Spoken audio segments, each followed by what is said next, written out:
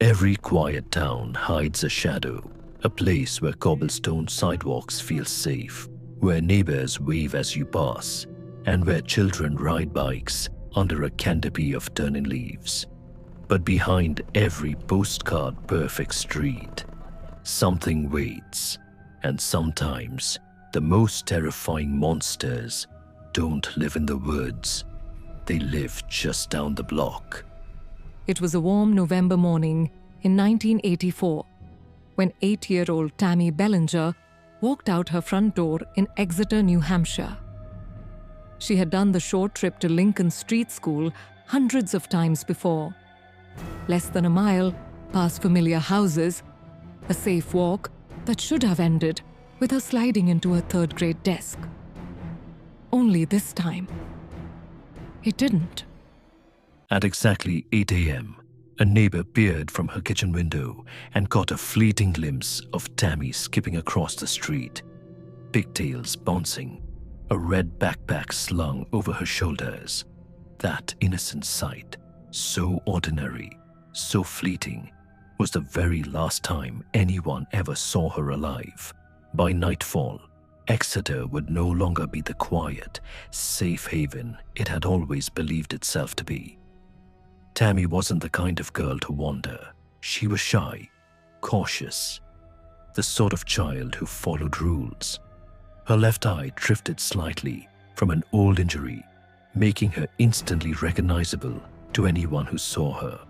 That morning, she wore an aqua-striped shirt under a sweater, corduroy pants, suede shoes. Her red backpack was marked with her name and address in her mother's careful handwriting.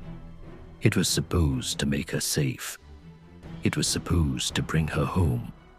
But Tammy didn't get lost. Tammy was taken. The school never called when she didn't show up. In 1984, absent children were marked absent and forgotten. 7 hours passed before her mother phoned the school, only to hear the words that made her stomach drop. Tammy never arrived today. 7 hours gone. 7 hours in which the trail had already gone cold. By 3:30 that afternoon, the nightmare had begun. Police mobilized immediately. 75 officers, firefighters, and volunteers combing the woods, the riverbanks, the backyards, helicopters in the sky, boats on the Squamscott River. But there was nothing. Not a sock, not a shoe, not her red backpack. It was as though the earth had swallowed her whole. Thanksgiving came with a hollow chair at the Bellinger table. Christmas gifts sat unopened under the tree.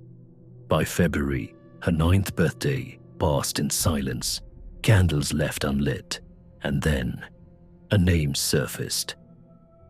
Because in every missing child case, the most chilling question isn't who would want to take her, it's who already has. His name was Victor Wenetti, a 41-year-old auto body repairman from the next town over. He wasn't just a drifter. His past was darker than most dared imagine.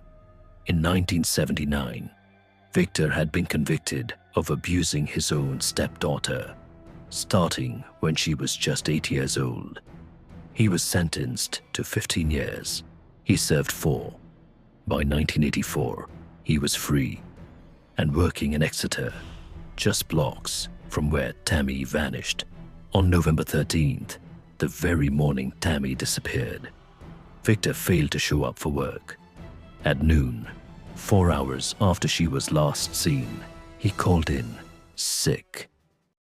Witnesses remembered a faded blue Oldsmobile with a broken taillight circling the streets near Tammy's route to school, Florida license plates. And that detail wasn't random, because 6 months earlier, in Green Acres, Florida, another little girl, 8-year-old Marjorie Luna, disappeared while running an errand. Witnesses saw her speaking with a man in a blue car with a broken tail light. She never made it home. The parallels were undeniable. Both girls, 8 years old, shy, walking familiar routes, last seen near the same type of car. And Victor, he had been in Florida at the time. Victor's record read like a catalogue of depravity. Dozens of burglaries, peeping into children's windows, blackmail, obsession, no remorse. When police searched his motel room after Tammy vanished, they found no backpack, no clothing, no body, no proof.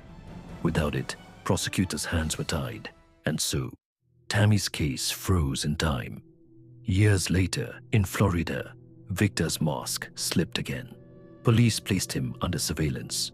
What they found was nightmare fuel. Every morning before sunrise, he parked outside a suburban home where 3 young sisters lived. He pressed his face to their windows, breath fogging the glass. 14 times in 3 weeks, he returned, watching as they slept, as they dressed, as they lived in the false safety of their home. When police finally arrested him, they discovered his private trophies, children's underwear, catalog clippings, photographs, scrapbooks of obsession. This was not a misunderstood man. This was a predator. For his crimes in Florida, Victor was sentenced to 75 years. He died in prison in 2013. He never confessed. He never revealed where Tammy or Marjorie were.